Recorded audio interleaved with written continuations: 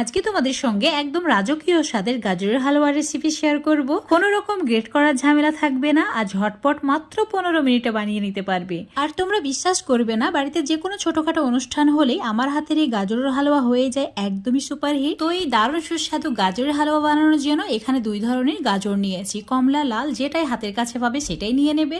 এখানে প্রায় 800 গ্রাম মতো গাজর আছে। তো এখন এই গাজরগুলো ভালো করে পরিষ্কার করে নিতে হবে।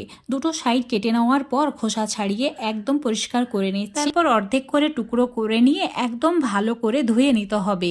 তারপর জলটাকেও ঝরিয়ে নিতে হবে। এখন এই গাজরগুলো গ্রেট করার কোনো প্রয়োজন নেই, যতটা পারবে একটা ছুরির সাহায্যে পাতলা পাতলা করে কেটে নেবে। তোমরা এই কাজটি বটি দিয়েও করতে পারো। তো সব গাজরগুলো একদম পাতলা করে কেটে নিয়েছি। আমার এগুলো রেডি করা হয়ে গেছে। তো এখন চুলোর ওপর একটা কড়াই নিয়ে নিতে হবে। বড় সাইজের কড়াই বা ফ্রাইং প্যান নিয়ে তার মধ্যে 2 চামচ মতো ঘি অ্যাড করে দেবে। ঘি মেল্ট হয়ে গেলেই সমস্ত কেটে